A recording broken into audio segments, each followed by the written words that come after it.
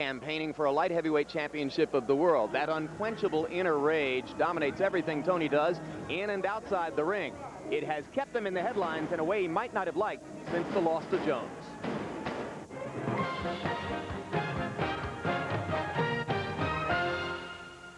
We thought we knew a lot about James Toney when he entered the ring against Roy Jones last November.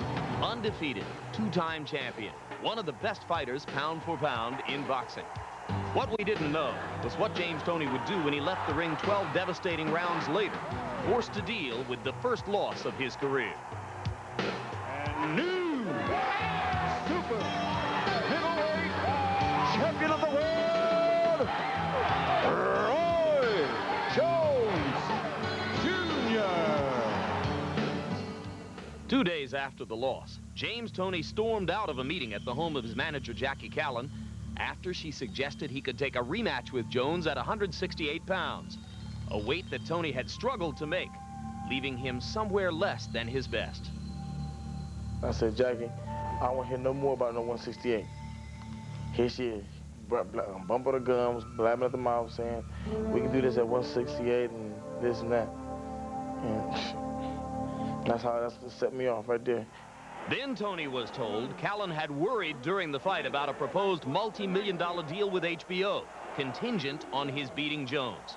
Toney concluded Callan's only concern was the money. I wanted him to be motivated. You know, I wanted him to realize we had a real big deal sitting on the table, a very large one. Actually, it was the largest deal that's ever been offered to anybody other than a heavyweight, and I was real excited about that, as was James. I mean, that's what basically you want out of any career you choose, is financial success. And when I saw the fight slipping away, I knew he needed a knockout in order for that deal to actually happen. And I guess I was just thinking out loud when I said, oh my God, he's got to win, or that deal's out the window. That was totally uncalled for. And I lost a lot of respect for her because she said that. That loss of respect almost ignited an act of violence. Detroit boxing manager Jackie Callan is getting no one else about did. 10:30 last night. His son shattered a glass table Toney's and temper, left his house. but last night she called the West Bloomfield police for help. Jackie Callan, James Toney's mother called to say that James was threatening to kill her. On the surface, things appear to have calmed down now. But as Toney sets out to conquer the light heavyweight division, he leaves no doubt his business circumstances have changed. Right now I'm the boss. I'm in control of everything. Nobody can do nothing but me. James is calling the shots. I'm gonna do what I want to do. If they don't like it, they can kiss my butt, because it's my show now. Trainer Bill Miller thinks James may be making a serious mistake in his approach to dealing with his first loss. should be a wake-up call for him. So this thing's for real out here. This is not a one-man show out here. Boxing's not run by one individual, run by many. A young guy like James with his attitude couldn't manage himself. You know, you got fighters manage themselves. He couldn't manage himself. Too hot-headed. For now, James Toney is still managed by Jackie Callan, but her contract expires in July, and James has given her anything but a vote of confidence. I'm still going to do what I've always done for James, and then when July comes, you know, we'll sit down and we'll talk and we'll see where his head is at and his heart, where his career is at, because I don't really believe anybody else could do a better job for him or care more about him than I have. And I really worry that if he were to end up with the wrong person who wouldn't be understanding of him, they really could, you know, have a clash, and something bad could happen. I don't trust a damn soul. I don't even trust my damn self no more. So I ain't trusting nobody. I just gotta do what I gotta do. You know, I got this I don't care attitude. I got this you attitude. I don't care. If you know, I'm going back to my old stuff, how I used to be, when everybody supposedly said I was a gangbang drug dealer. I'm going back to my old ways. I have to be, because I got to defend myself now. People like her, who claim they would care about you, but then stab you in the back. Big ass knife wound, this one. And this week's update, James and Jackie have gone out of their way to present an image of solidarity, walked into a news conference a couple of days holding hands. No word about what happens in July, but for the moment, the picture they present is that everything is back together. You think we've heard the last of this, Larry? I doubt it, Jim. Jackie herself reminded me that it was Ernest Hemingway who said, never fall in love with a fighter. One way or another, he'll break your heart.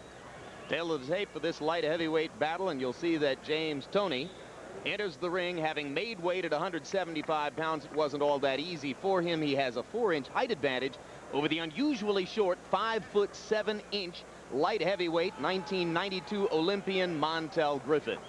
Just hours before the weigh-in, Toney was spotted working out in a spa, losing weight. I suspect that if he was a sumo wrestler with a 350-pound limit, he'd still have to work to make weight. Punch stat numbers, Larry. Take a look at the activity of these fighters. Griffin is not a very active fighter. He's a cautious boxer puncher.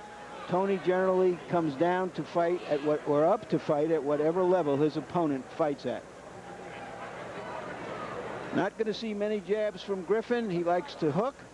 Going to see some good jabs from Toney, who works off it with everything else. Rules of the bout with our unofficial ringside scorer, Harold Letterman. The James Toney Montell Griffin fight tonight will be 12 rounds. There is no standing 8 count, no 3 knockdown rule. You cannot be saved by the bell in any round, including the last round, and only the referee can stop the fight. Jim.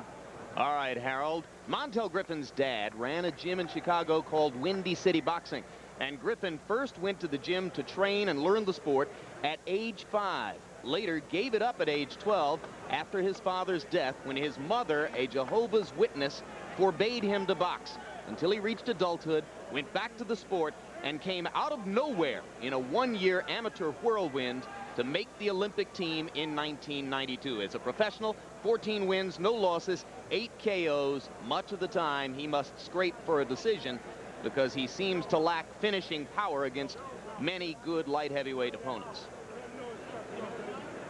James Toney has fought once before as a light heavyweight, knocking out Anthony Hembrick at a time when Hembrick was ranked in the top 10. His overall record, 44 wins, the 1 loss to Roy Jones in his last fight, after which he said, "I can never make 168 pounds again." Having made 175 for this fight, he stepped on a scale in his locker room an hour and a half ago at 187 pounds. So again, he's gained 12 pounds between weigh-in and entry into the ring. Right now, let's go up to ring announcer Michael Buffer for the pre-fight introductions. Ladies and gentlemen, good evening and welcome to the Grand Garden here at the MGM Grand of Las Vegas, Nevada, where tonight, Bob Arum's Top Rank Incorporated, along with your undisputed, undefeated king of beers, Budweiser, this Bud's for You, presents an evening of championship boxing. Now, before we continue, ladies and gentlemen, I would like to make a special introduction. Sitting here at ringside tonight, along with his broadcasting partners from HBO Sports, Jim Lampley, Larry Merchant, and Harold Letterman, is a man who in 1968 captured Olympic gold.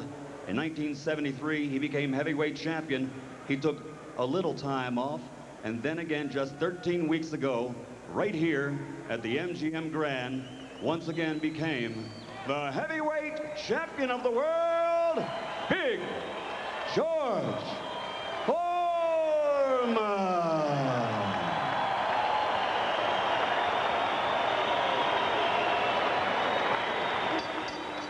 This bout is sanctioned by the Nevada State Athletic Commission, Chairman Dr. James Nave, Commissioners Nat Carasali, Dr. Elias Ghanem, Luther Mack, and Crispin Rivera, Executive Director Mark Ratner, Chief Physician Dr. Flip Homansky, Physicians at ringside Dr. Al Capana and Dr. William Berliner. The timekeepers are Jane Broadfoot and James Cavan. This bout is also sanctioned by the International Boxing Federation. Supervisor ringside is Dan Jones. The 3 judges scoring this bout on a 10-point must system will be Dwayne Ford, Bill Graham, and Art Lurie. And when the bell rings, the man in charge of the action, referee Joe Cortez. And now, ladies and gentlemen, from the MGM Grand of Las Vegas, 12 rounds of boxing for the IBF Intercontinental Light Heavyweight Championship. Introducing first, fighting out of the blue corner, wearing red with black letters, weighing 173½ pounds. From the Windy City of Chicago, Illinois, he brings a perfect record as a professional into the ring of 14-0. 8 knockouts to his credit. Ladies and gentlemen, he is the undefeated Montell Ice Griffin.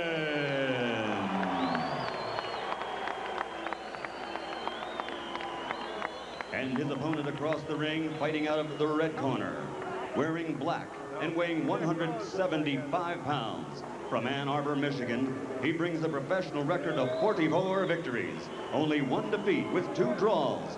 29 of those 44 victories by KO, and he's captured 2 world titles. Ladies and gentlemen, presenting the former middleweight, the former super middleweight champion of the world, James Lights Out Toney.